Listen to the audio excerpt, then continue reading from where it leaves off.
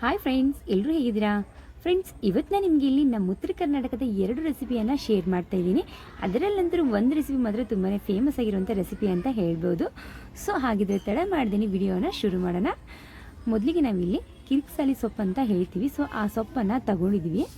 4ರಿಂದ 5 ಕಟ್ಟಾಗೋಷ್ಟು ತೊಗೊಂಡಿದ್ದೀವಿ.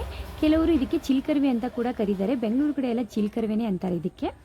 ಸೊ ತುಂಬ ಜನ ಕಮೆಂಟ್ಸ್ ಆಗ್ತಾ ಇದ್ದೀರಾ, ಅಕ್ಕ ನೀವು ಎಲ್ಲಿಯವರು, ಯಾವ ಊರು ಅಂದ್ಬಿಟ್ಟು. ಸೊ ನಾನು ಅದರದ್ದೇ ಒಂದು ವಿಡಿಯೋನ ಮಾಡಿದ್ದೀನಿ. ಸೊ ನಾನು ಎಲ್ಲಿಯವರು, ಯಾವ ಊರು, ಪ್ರತಿಯೊಂದು ಡೀಟೇಲಾಗಿ ವಿಡಿಯೋನ ಮಾಡಿದ್ದೀನಿ. ಬೇಕಂದರೆ ಕೆಳಗಡೆ ಲಿಂಕನ್ನು ಕೊಡ್ತೀನಿ, ಒಂದ್ಸತಿ ಚೆಕ್ ಮಾಡ್ಕೊಳ್ಳಿ. ಈಗ ಇಲ್ಲಿ ಸೊಪ್ಪನ್ನೆಲ್ಲ ಕ್ಲೀನ್ ಮಾಡಿಕೊಂಡು 3 ಗಡ್ಡೆ ಬೆಳ್ಳುಳ್ಳಿಯನ್ನು ಇಲ್ಲಿ ಕುಟ್ಕೊಂಡಿದ್ದೀನಿ. ಮೊದಲಿಗೆ ಎಣ್ಣೆ ಬಿಸಿಯಾದ ನಂತರ ಬೆಳ್ಳುಳ್ಳಿ ಮತ್ತು ಈರುಳ್ಳಿ ಮಾತ್ರ ಇಲ್ಲಿ ಸೇರಿಸ್ಕೋಬೇಕು. ಇದಕ್ಕೆ ಹಸಿಮೆಣಸಿನ್ಕಾಯಿನ ಸೇರಿಸ್ಕೋಬಾರ್ದು ಈ ಪಲ್ಯಗೆ. ರುಚಿಗೆ ತಕ್ಕಷ್ಟು ಉಪ್ಪನ್ನು ಹಾಕಿ ಸೊಪ್ಪನ್ನು ಒಂದು 2ರಿಂದ 3 ಸತಿ ವಾಶ್ ಮಾಡಿಕೊಂಡು ನಂತರದ್ದು ಎಣ್ಣೆಯಲ್ಲಿ ಸೇರಿಸ್ಕೋಬೇಕು. ಫ್ರೆಂಡ್ಸ್, ಈ ಸೊಪ್ಪಿನ ಪಲ್ಯ ಮಾಡ್ತಾ ಇದ್ದರೆ ಯಾವುದೇ ಕಾರಣಕ್ಕೂ ಹಸಿಮೆಣಸಿನ್ಕಾಯಿನ ಹಾಕಬಾರ್ದು. ಸೊ ಹಾಗೆ ಮಾಡಿ ನೋಡಿ, ತುಂಬ ಅಂದರೆ ತುಂಬಾ ಚೆನ್ನಾಗಾಗುತ್ತೆ. ಸೊ ರೊಟ್ಟಿ ಜೊತೆಗೆ ನಾವಿಲ್ಲಿ ಹಸಿಮೆಣಸಿನ್ಕಾಯಿ ಕೂಡ ಫ್ರೈ ಮಾಡ್ಕೊಂಡಿದ್ವಿ, ಹಾಗೆ ತಿನ್ನೋಕ್ಕೆ ತುಂಬಾ ಚೆನ್ನಾಗಿ ಅನಿಸುತ್ತೆ. ನಂತರ ನಾನಿಲ್ಲಿ ತುಂಬಾ ಫೇಮಸ್ ಆಗಿರುವಂಥ ನಮ್ಮ ಉತ್ತರ ಕರ್ನಾಟಕದ ಬದನೆಕಾಯಿ ಭರ್ತವನ್ನು ಮಾಡಿ ತೋರಿಸ್ತಾ ಇದ್ದೀನಿ. ಸಿಂಪಲ್ಲಾಗಿ ನಾವು 2 ಬದನೆಕಾಯಿನ ಸುಡ್ತಾ ಇದ್ದೀವಿ.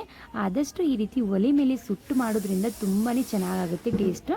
ಅದ್ರ ಜೊತೆಗೆ ನಾವಿಲ್ಲಿ ಒಂದು 4 ಹಸಿಮೆಣಸಿನ್ಕಾಯಿ ಖಾರ ಇರುವಂಥದ್ದು ಸೇರಿಸ್ಕೊಂಡು ಬೆಳ್ಳುಳ್ಳಿ ಮತ್ತು ಇದಕ್ಕೆ ಈರುಳ್ಳಿಯನ್ನು ಸೇರಿಸ್ಕೊಂಡಿದ್ದೀವಿ. ಸೊ ಎಲ್ಲವನ್ನು ನಾವು ಇಲ್ಲಿ ಸುಟ್ಕೋಬೇಕು. ಆದಷ್ಟು ಗ್ಯಾಸ್ ಮೇಲೆಲ್ಲ ಸುಡ್ತಾರೆ.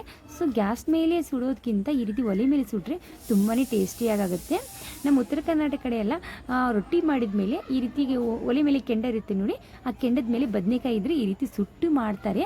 ರೊಟ್ಟಿ ಜೊತೆಗಂದ್ರೆ ತುಂಬಾ ಚೆನ್ನಾಗಿ ಅನಿಸುತ್ತೆ ಫ್ರೆಂಡ್ಸ್. ಇದು ಕೂಡ ನಮ್ಮ ಉತ್ತರ ಕರ್ನಾಟಕದ ಒಂದು ಫೇಮಸ್ ರೆಸಿಪಿ ಅಂತಲೇ ಹೇಳ್ಬೋದು.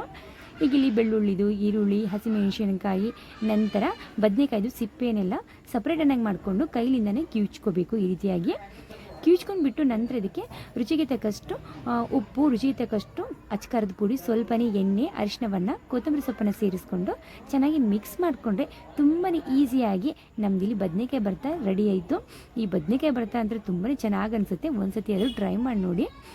ನಂತರ ಇಲ್ಲಿ ನಮ್ಮಮ್ಮ ಮಾಡ್ತಾರಂಥ ಒಂದು ರೆಸಿಪಿ ಅಂತ ಹೇಳ್ಬೋದು. ನಾವು ಚಿಕ್ಕವರಿದ್ದಾಗೆಲ್ಲ ಈ ರೀತಿ ಕೆಂಡದ ಮೇಲೆ ಅವರು ಆಲೂಗಡ್ಡೆಯನ್ನು ನಮಗೆ ಸುಟ್ಬಿಟ್ಟು ಕೊಡ್ತಿದ್ರು.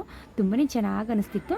ನಾನು ಟ್ರೈ ಮಾಡೋಣ ಅಂದ್ಬಿಟ್ಟು ನಮ್ಮ ಅಕ್ಕನಿಗೆ ಹೇಳಿಬಿಟ್ಟು ಇದನ್ನು ಟ್ರೈ ಮಾಡೋಕ್ಕೆ ಹೇಳಿದೆ. ಸೊ ನಮ್ಮಕ್ಕ ಸುಟ್ಟು ಕೊಟ್ಟರು. ಆದರೆ ನಾನು ತಿನ್ನೋಕ್ಕಿಂತ ಮುಂಚೆನೇ ನಮ್ಮ ಮನೆಯಲ್ಲಿ ಇನ್ನೂ ಕಟ್ ಮಾಡ್ತಾ ಇದ್ವಿ ನಾವು. ಆವಾಗಲಿಂದ ನಮ್ಮ ಅಣ್ಣನ ಮಕ್ಕಳು, ನನ್ನ ಮಕ್ಕಳು ಎಲ್ಲರೂ ತಿಂದು ಖಾಲಿ ಮಾಡ್ತಾಯಿದ್ರು ಫ್ರೆಂಡ್ಸ್. ಅಷ್ಟು ಚೆನ್ನಾಗಾಗಿತ್ತು. ಸೊ ನಾವು ಇದಕ್ಕೆ ಸ್ವಲ್ಪ ಉಪ್ಪು ಖಾರ ಹಾಕಬೇಕು ಅಂದ್ಕೊಂಡೆ, ಆದರೆ ನಾವು ಉಪ್ಪು ಖಾರ ಹಾಕೋಕ್ಕಿಂತ ಮುಂಚೆನೇ ಖಾಲಿ ಆಗೋಯಿತು ಕಟಿಂಗ್ ಮಾಡುವಾಗಲೇ. ಸೊ ಮೇಲೆಲ್ಲ ನಾವು ಟೆರೆಸ್ ಮೇಲೆ ಇದು ಅಡುಗೆ ಮಾಡ್ತಾಯಿದ್ವಿ. ಹಾಗಾಗಿ ಸೊ ನಮ್ಮ ಮನೆಯಲ್ಲಿ ಎಲ್ಲರೂ ಡ್ಯಾನ್ಸ್ ಮಾಡ್ತಾ, ಸಾಂಗ್ ಹಾಡ್ತಾ ತುಂಬ ಚೆನ್ನಾಗಿ ಟೈಮ್ ಪಾಸನ್ನು ಮಾಡ್ತಾಯಿದ್ವಿ. ಅದು ಕೂಡ ವಿಡಿಯೋನ ಸ್ವಲ್ಪ ನಾನು ಶೂಟ್ ಮಾಡ್ಕೊಂಡಿದ್ದೀನಿ. ಈ ವಿಡಿಯೋ ನಿಮಗೆ ಇಷ್ಟ ಆಯ್ತು ಅನ್ಕೋತೀನಿ. ಈ ವಿಡಿಯೋ ನೋಡೋದಕ್ಕೆ ಥ್ಯಾಂಕ್ ಯು ಸೊ ಮಚ್.